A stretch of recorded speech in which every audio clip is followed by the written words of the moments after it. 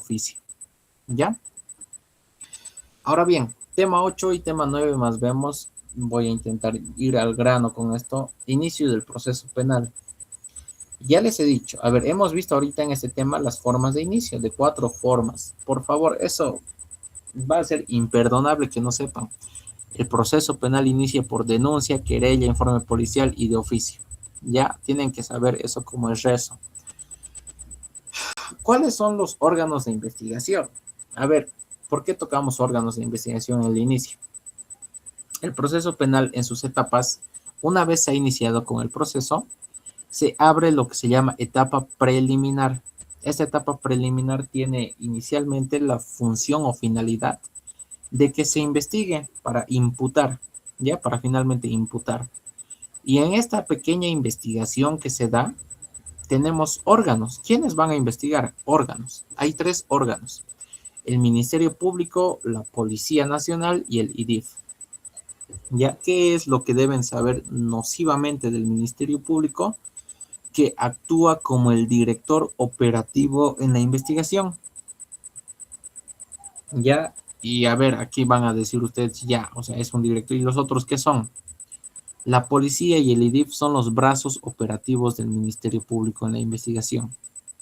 A ver, si lo quieren poner así, el Ministerio Público es el jefe y digamos los subordinados son la policía y el IDIF, sí, pónganlo así si quieren, pero las palabras técnicas y precisas para hablar de ello es que el Ministerio Público es el director operativo en la investigación.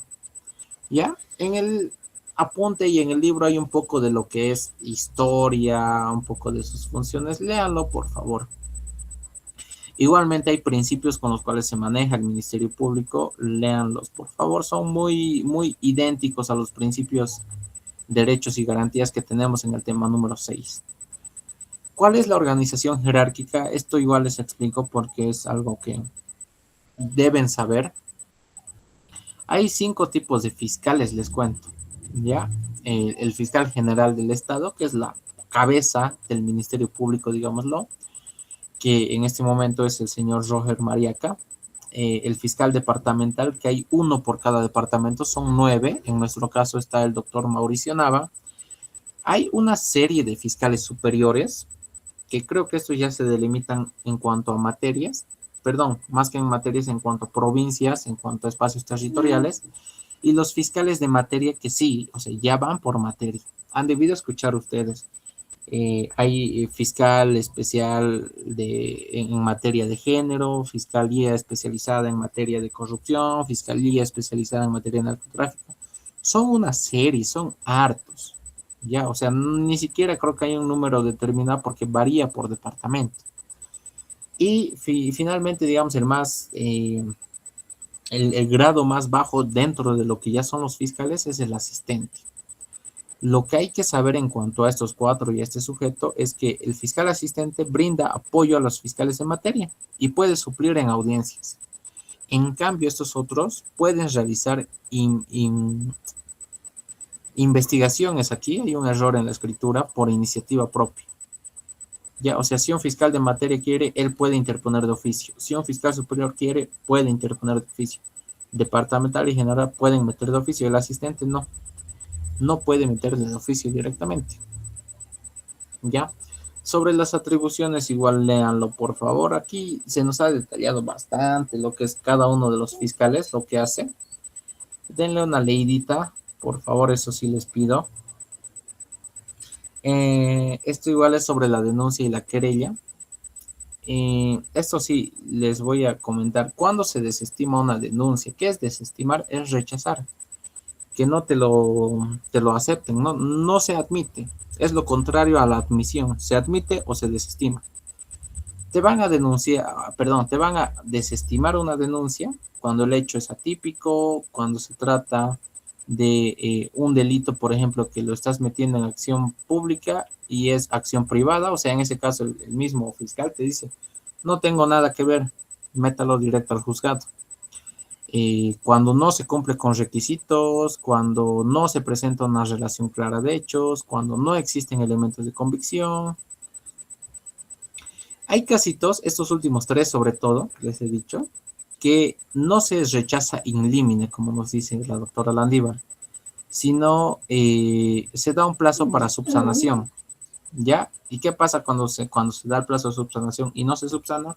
Se da por no presentada. Ya es la misma regla que en civil. Y perdón que sea muy reiterativo hablando de proceso civil y penal, pero de verdad espero se estén dando cuenta, el proceso civil, en la materia de procesal civil, sí, la doctora nos hace entrar un poco más en detalles y tecnicismos. En esta materia la doctora López no tanto. Sí nos ayuda bastante y se complementan bastante, pero no entramos tanto en temas procedimentales, sino más en conceptos y requisitos quizás que hay en una y otra cosita. ¿Ya? Estos de las obligaciones igual ya son mucho menos relevantes. Lo que les he dicho es lo importante. El Ministerio Público es el director operativo en la investigación y la policía, como el IDIF, son los que se llama los brazos operativos, se los denomina así, brazos operativos en la investigación. ¿Ya? Lo demás lo voy a ir omitiendo, discúlpenme, pero quiero tocar el tema 9 con más detenimiento, además que ya es un poco tardecito. Sí, estas son cositas ya más... Ah, la teoría fáctica igual. Por favor, van a tomar mucha énfasis en la teoría fáctica. Es una hipótesis de cómo han ocurrido los hechos. Todo memorial, al menos en materia penal, ya saben, denuncia o querella, debe tener su teoría fáctica. Es más, si ustedes han hecho, y creo que sí lo han hecho en derecho de familia, con el doctor JJ en su primer parcial le han hecho una demanda quizás de asistencia familiar, no sé, creo que nosotros hicimos eso, han tenido que poner sus hechos. Los hechos son también llamados teoría fáctica, fundamento fáctico. Ya eso es, hechos, todo lo que ha pasado. En materia penal esos hechos deben ser contados de forma lógica y cronológica. Ya, o sea, es agarrar, planear todo, ver cómo ha sido y contar. Asimismo, seguido de la teoría fáctica hay una teoría jurídica, es mencionar los artículos en los cuales tú te estás basando. Y finalmente la teoría probatoria, tienes que poner prueba, siempre tienes que poner prueba. En materia penal no puedes atribuir la conducta a un sujeto sin que haya pruebas, ¿ya? Y también está lo que es el dibujo de ejecución, que ya es una estrategia de la cual la doctora nos habla, que usan las personas, los abogados, sobre todo, que hacen sus imputaciones o acusaciones, que básicamente es esto, puntualmente sirve para detallar elementos constitutivos, o sea, indicios,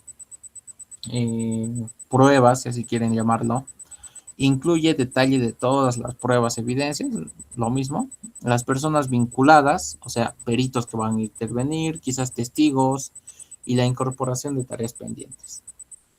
¿Ya? Esto, esto es en lo que me quiero enfocar mucho porque sé que en alguno va a entrar. ¿Cómo se da la declaración del imputado? Lo que les decía, siempre en un proceso penal va a ocurrir que se va a iniciar el proceso de las 4 formas que muy bien tienen que conocer si es que no conocen todavía. Y uno de los primeros actuados que siempre se hace es llamarlo. Se emite un mandamiento de comparendo. Ya hemos hablado de que es un mandamiento de comparendo. Es algo para que asista, para que venga. Contra el imputado, ¿ya? Al imputado se le entrega su mandamiento de comparendo y a este se le debe tomar la declaración, se llama, por el fiscal, ¿ya? ¿Cuál es la regla para que sea legal? Que tiene que haber presencia del abogado y el policía. Ya tienen que estar. Posible pregunta de examen y yo les hago el cuestionamiento aquí. ¿Es legal una declaración del imputado aún así su abogado no esté en la misma? ¿Verdadero o falso? Falso. Porque no puede directamente declarar el imputado si no está su abogado. Sería ir en contra del debido proceso, incumplir las reglas del proceso, etcétera, etcétera. Ya, dato importantísimo esto. ¿Cómo se da la declaración? Es un procedimiento bien sencillo. Se le informa con detalle de qué se le está investigando, qué pruebas hay en su contra, etcétera. Y se le dice, si usted quiere guardar silencio, hágalo, no va a ser usado en su contra. Bajo el principio de no autoincriminación, ¿no? Todo va relacionado con los principios. Si es que el imputado quiere declarar, le van a hacer preguntas. Si no quiere, va a decir me abstengo y listo. Firma y se va. Es así de sencillo una declaración del imputado. Eh, Esto es lo que les decía. Debe realizarse siempre con su abogado defensor. Por favor, sepan eso. Cuidado si están equivocando en esas cositas que sí son bien, bien básicas, bien nocivas. Hasta lógicas me atrevo a decir. Para quienes hayan tenido la experiencia de ver un proceso, ¿no? Y aquí está el desarrollo. Se le van haciendo las preguntas, se le piden datos personales, se le pregunta si ha sido procesado anteriormente, si quiere o no quiere declarar, etc. Tienen que saber que en la declaración todo lo que se hable tiene que estar, tienen que ir anotando. Se registra todo, todo, todo. Ya finalmente se le entrega al imputado para que lea y si está conforme lo firma. Y listo. Ahora bien, hay métodos prohibidos, hay prohibiciones también en la declaración. Una prohibición, ya les he dicho, es que no pagar. Y si se lo hace, se la da por ilegal. Ya. Una prohibición es que no se puede ejercer amenazas. No le puedes decir a la fuerza que declare. No puede haber promesas o presión de por medio. No es como que le digas, te prometo que si dices la verdad, voy a ayudarte a que te escapes del país, o no sé, o voy a ayudarte a que desaparezcan las pruebas y me dices la verdad. No, no puede haber nada de eso. Tampoco presión, ¿ya? Eh, También tiene que tomarse en cuenta este dato. Si hay cansancio, y esto es lo mismo que en inmediación, es similar. Si está cansado, siente fatiga, está enojado, no está con sus cinco sentidos, se la suspende. Ya no se puede continuar con la declaración.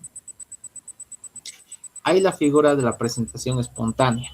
¿Qué es la presentación espontánea? Cuando uno va por cuenta propia sin que lo llamen y dice, creo que me están procesando, quiero hablar, quiero defenderme. Es ejercer su derecho a la defensa material. Ya hemos hablado de eso. ¿Qué implica la presentación espontánea? El sujeto va voluntariamente ante el fiscal y esto no va a implicar algo favorable para él.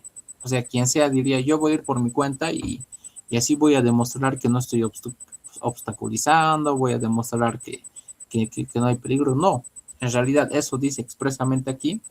El hecho de que se presente voluntariamente no elimina peligros procesales. O sea, no por haber ido así por cuenta propia puedes decir, yo no obstaculizo por este hecho. No, no es algo que le sirva en lo favorable, la verdad. En las órdenes de aprehensiones, ya les he dicho, se da en dos casos. El fiscal lo emite cuando hay indicios de que sí hay culpabilidad y el juez cuando se declara en rebeldía. Y ya, con eso entramos al último tema, el tema 9. Ya deben estar muy cansados. Creo que la mayoría ya, bueno, no la mayoría, más bien hay un buen número, no han abandonado todavía. Les pido por favor que si hay cositas que vayan revisando a medida de que estudien, me imagino el día de mañana, espero sea el día de mañana y no el martes antes de su examen, tengan la confianza de preguntarme, ya escríbanme, prefiero que me escriban en las noches, ya después de las 7 de la noche, tengan la confianza de llamarme si quieren, incluso prefiero que me llamen en realidad porque mensajes normalmente no los reviso, no porque no quiera o no porque no tenga tiempo, sino estoy haciendo una otra cosa, me llegan mensajes y muy probablemente no los reviso y cuando entro a mi WhatsApp ya están abajo y no. Por eso, para que un poco eviten decir, no, ni esas contestas, prefiero que me llamen muchas veces, ya siéntanse en la confianza de darme un timbrazo directo, me hacen la pregunta, les respondo eh, todas las dudas que quieran y listo, ya. O si no, también háganlo por el grupo. Sería mejor quizás que lo hagan por el grupo. ¿Ya? Bueno, vamos al último tema, el 9. que nos habla de los actos de investigación. En específico, este tema se divide en dos, el tema 9 y el tema 10, porque se habla de varios actitos de investigación. ¿Ya? ¿Qué hay que saber en esto? Todo se refiere a la prueba. Estamos hablando de una etapa preliminar o una etapa preparatoria también. En ambas etapas se da lo que es la investigación. ¿Ya? A ver, denme un segundito, voy a cargar esto, no sé por qué no.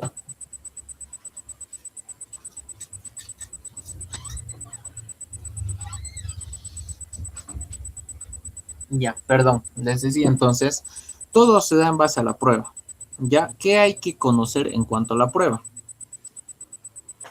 La prueba no es lo que nosotros conocemos o conocíamos como que con lo que demuestras algo, digamos. Lo digo así de forma muy común, un pensamiento muy bruto, digamos. Eh, la prueba en materia penal connota o implica cuatro conceptos que deben conocer muy bien. Ya, entonces la prueba se divide en esos cuatro conceptos que por favor conozcanlos demasiado bien. Existe lo que es el elemento prueba, lo que es el órgano de prueba, el medio de prueba y el objeto de prueba. ¿Ya? ¿Qué es un elemento de prueba? Todo dato objetivo que se incorpora legalmente al proceso.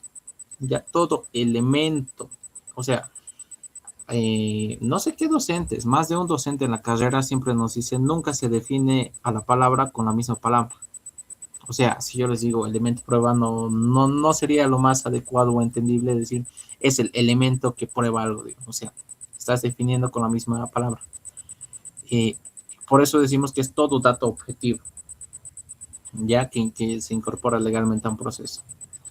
Ya, en cambio, un órgano de prueba no es un elemento, no es un objeto, no es nada de eso, sino es una persona la cual va a proporcionar el elemento de prueba.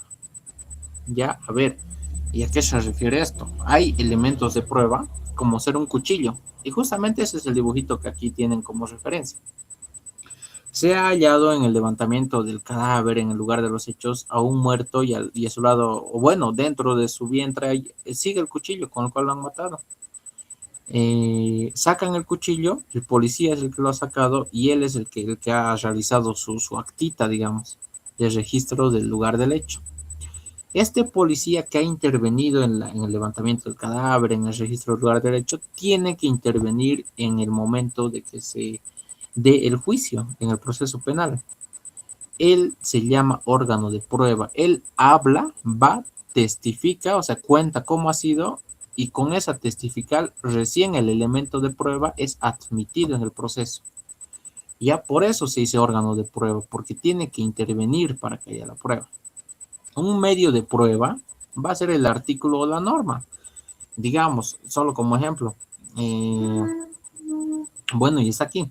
Si se quiere introducir un certificado médico sin un adecuado sustento de obtención, eso de los sustentos de obtención es clave que lo sepan, por favor. Y esto sí sé que no está con mayúscula ni resaltado, pero si lo tienen por ahí, háganlo, pónganle importantísimo. Creo que la pregunta de este sentido en algún examen iba, ¿qué pasa? O mejor dicho, ¿qué documentación o qué medio debe estar presente para que la prueba sea legalmente obtenida? Toda prueba para que sea legalmente obtenida debe ser por requerimiento o por certificación. Ya, inclusive, ¿saben? Creo que sí, en mi primer parcial entró algo así. Entró como verdadero o falso, si no estoy mal. La doctora nos preguntó si una certificación de un colegio no cuenta con requerimiento fiscal, ¿es una prueba legalmente obtenida? La respuesta es falso. ¿Por qué? Y esta es una regla que está anotada por ahí, creo que más adelante está. Toda prueba documental tiene que ser obtenida por requerimiento fiscal o por certificación. ¿Ya? Si no tiene requerimiento certificado, se solicita la exclusión de la prueba. Esa prueba no es válida directamente. Ya es una regla clave en pruebas que tienen que saber. Y el cuarto elemento, o bueno, perdón, cuarto concepto de prueba que tenemos es el objeto de prueba. ¿Qué es el objeto de prueba? Lo que pretendemos demostrar. Por ejemplo, con el cuchillo que pretendemos demostrar que ha sido utilizado para que lo maten a un tipo. Ya, objeto. Entonces, elemento prueba, órgano prueba, medio prueba, objeto prueba. Cada uno es diferente, muy diferente. Ya no se van a confundir. Posible pregunta, refieras al elemento prueba, refieras al órgano prueba, refieras al medio prueba, refieras al objeto de prueba. Listo, lo que les decía, la exclusión probatoria. Siempre se puede plantear. ¿Ya? Y se debe manejar la normativa y no manejar prueba ilegalmente obtenida. ¿Cuál sería prueba ilegalmente obtenida? Ya les he dicho. Cuando no ha sido obtenida mediante requerimiento fiscal o certificación. ¿Ya? Y eso se lo plantea en forma de incidente. Nuevamente, ya les he dicho cómo se diferencia un incidente de una excepción. El incidente subsana. La excepción concluye paralizando o extinguiendo directamente. Valoración de la prueba. ¿Quién valora? Es el señor juez. Listo. Excepción. Ya hemos hablado de esto. Paraliza y sanea el incidente. El registro del lugar del hecho y estos datos ustedes ya los conocen, ya son, miren, son cositas ya menos relevantes en las cuales no quiero quedarme mucho por la hora, por el cansancio que deben tener, no quiero aburrirlos con esto, pero saben, voy a tocar este tema que es muy importante, el cual me atrevo a decir igual, hay muy alto porcentaje de probabilidad de que les entre. Que es en este tema el tema de incautación y secuestro. Ya, ¿qué pasa? Y eso está por aquí, creo. Justamente estaba aquí. ¿Qué pasa cuando hay evidencias? Ya estás en el registro del lugar del hecho, ves evidencias en el suelo. ¿Cuándo colectas, cuándo secuestras, perdón, y cuándo incautas? Ya, y esto es bien fácil. Vas a incautar cuando sean elementos a los cuales vas a dar un posterior estudio. El ejemplo típico del cual nos referimos cuando decimos incautar es cuando vas a levantar un celular, cuando vas a levantar una computadora. ¿Por qué? Porque dentro de ese dispositivo tienes que estudiar todavía, o sea, tienes que ver qué hay en sus chats, tienes que ver qué hay. Y eso no lo haces vos, o sea, no es como que vos agarras y vos abres el WhatsApp y directo dices, aquí dice que te voy a matar y tal, y por eso digo que él es el culpable. No, eso tiene que ser sometido a un proceso de peritaje, etcétera, etcétera. Y cuando secuestras, cuando directamente no le vas a llevar a un estudio posterior. Creo que eso está más por aquí. Clasificación de la evidencia. Ya aquí vamos a ver un poquito de eso. Hay dos tipos de evidencias, por cierto, muestras biológicas y muestras no biológicas. Las muestras biológicas, aquellas que tienen origen orgánico, directamente. Ya, ejemplitos, saliva, sangre, incluso líquidos. Eh, es muy normal ver, creo, semen en delitos de violación, líquidos seminales se llaman correctamente. ¿Ya? Pero saliva, sangre, igual es, sangre sobre todo es muy normal cuando hay delitos en los que haya intervenido la muerte, feminicidios, etcétera. Y no biológicos, aquellos que tienen origen inorgánico, por lógica, minerales, prendas de vestir, sustancias químicas, etcétera. ¿Ya? Eh, Se hacen estudios de laboratorio. Esto es una regla que tienen que saber. Normalmente toda evidencia se la debe estudiar en laboratorios y lo común, la regla, digamos, es que sea en el IDIF. El IDIF es ese laboratorio de predeterminado, digamos, el cual interviene. Pero si no se quiere, por algún motivo, alguien duda de la capacidad o no siente la suficiente confianza y profesionalidad en el laboratorio del IDIF, puede realizarlo de forma particular, siempre y cuando lo autorice el juez. ¿Ya? ¿Y a qué me refiero? A que él puede llevarlo al laboratorio de su confianza.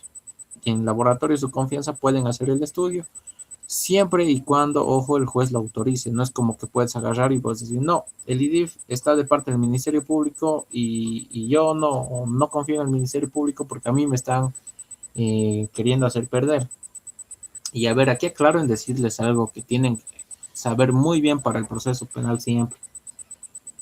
El Ministerio Público no es o no debería ser un abogado más de la víctima. Muchos piensan erróneamente y dicen eso. Es como que siempre va a ser Ministerio Público y querellante contra el acusado. O sea, 2 contra 1, no. La regla es que si bien al Ministerio Público lo ponemos del lado de la víctima, es porque él debería ser un tercero imparcial en un primer momento, el cual va a defender los intereses de la sociedad. Y los intereses de la sociedad no son únicamente agarrar y meter por meter a la gente adentro. En realidad es buscar justicia. Y la justicia es, haber dicho de forma sencilla, dar a cada quien lo que le corresponde. Si hay un sujeto que ha ocasionado daño, pues le hay que hacer daño, le hay que sancionar. Si hay un sujeto que no ha ocasionado daño, lo que debería hacer es buscar no ocasionarle daño. Normalmente eso es algo que está muy, muy tergiversado. Yo les pido, por favor, sépanlo. El Ministerio Público no es un abogado más de la víctima, pero en la realidad muchos piensan que sí. Por eso puede surgir estas desconfianzas. Pueden decir que como, y ya les he dicho, el Ministerio Público es como que el jefe y por debajo está el IDIF y la policía. El Ministerio Público va a ordenar que todo le saque favorable el IDIF. Puede haber esa susceptibilidad, no les digo que no. En realidad siempre hay que ser desconfiado, pero en estas cosas. Entonces uno puede ir a su laboratorio de su confianza. Lo mismo pasa con los peritos. Lo normal es que pongan un perito del IDIF, pero también pueden intervenir peritos particulares. Sí se puede, siempre y cuando el juez lo autorice, ¿ya? Esto es re importante, requisa personal y requisa de vehículo. Y ya concluyo con esto para dejarles en paz. Ya, miren, chicos y chicas, por favor, sé que es lo último, pero no es lo menos importante. En realidad, quizás sea de entre las cosas más importantes. Tienen que saber sí o sí, requisa personal y requisa de vehículo. ¿Cómo se da y para qué sirve? Creo que las preguntas la doctora en cuanto a esto las hace. Indique cuál es el objeto y quiénes intervienen en la requisa personal, por ejemplo. Lo propio puede ser de vehículo. Indique cuál es el objeto y quiénes intervienen en la requisa de vehículo. Siento que les va a tocar por algún motivo.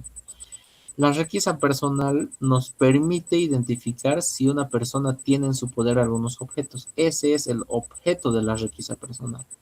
Identificar si hay elementos, objetos. ¿Ya?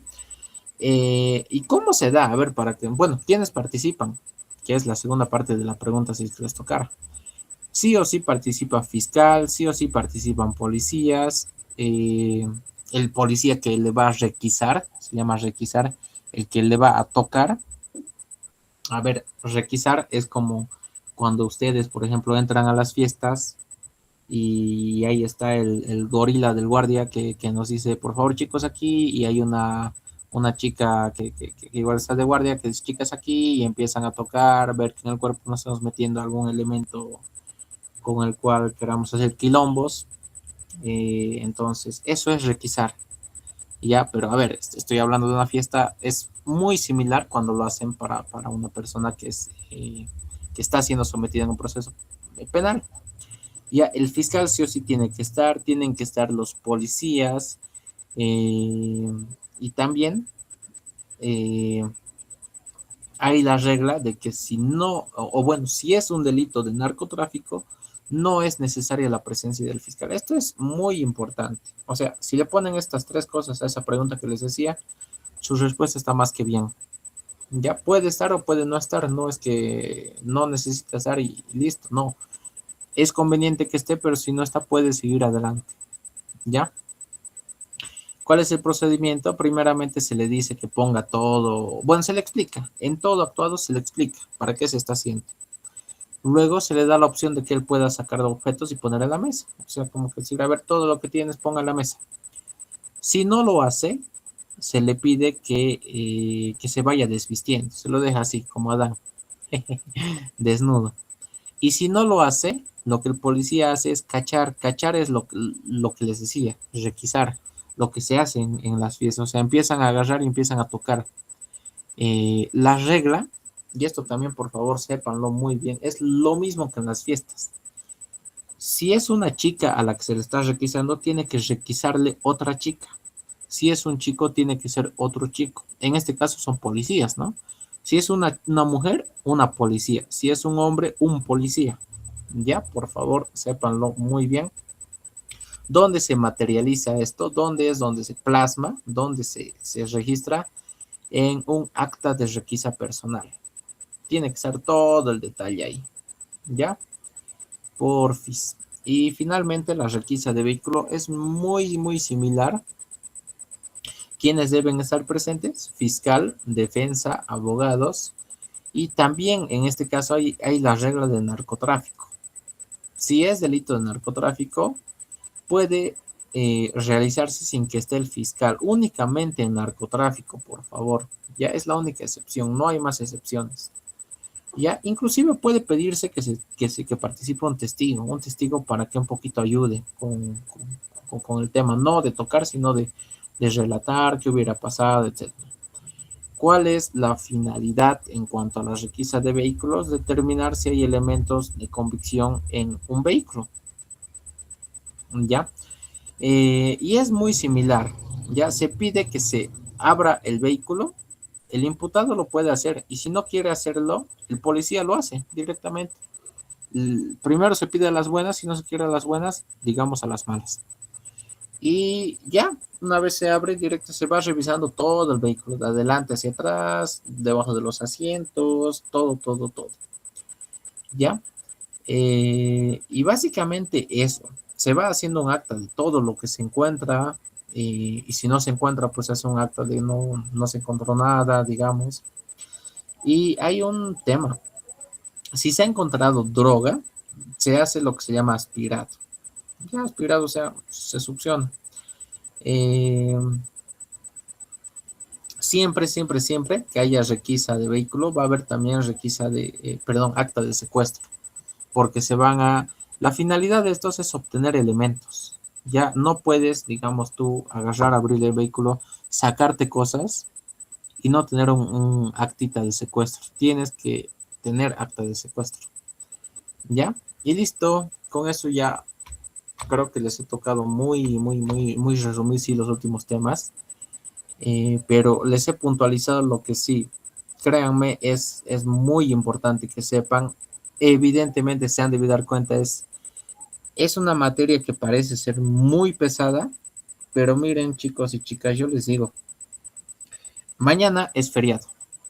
Tienen la oportunidad de tranquilamente ustedes agarrar y distribuyan bien sus tiempos. Yo sé que muchos tienen otras obligaciones, tienen otras tareas que hacer, pero si se ponen la meta, y esto es mucha disciplina de su parte, pónganse la meta de que en la mañana estudien 4 temas y en la tarde estudien 5 temas y en la noche, no sé, pónganse a repasar, o sea, entre ustedes mismos, uno agarre, yo hago eso y me empiezo a preguntar ya, ¿qué sé del tema uno? Del tema uno sé y ahorita lo voy a hacer así a memoria.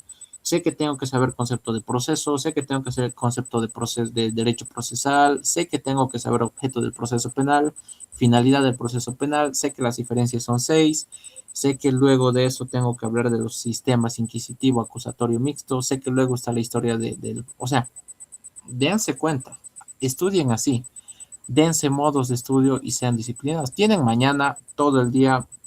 Yo les digo, con lo que tienen aquí, les va a ir más que bien en su examen. ¿Ya? Entonces, con eso, chicos, chicas, ya los dejo descansar.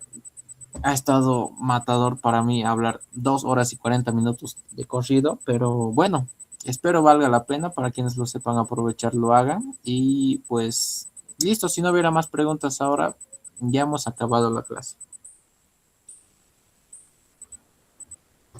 Yo también te quiero, Fabián. Bueno, chicos, descansen. Buenas noches. Chaucito.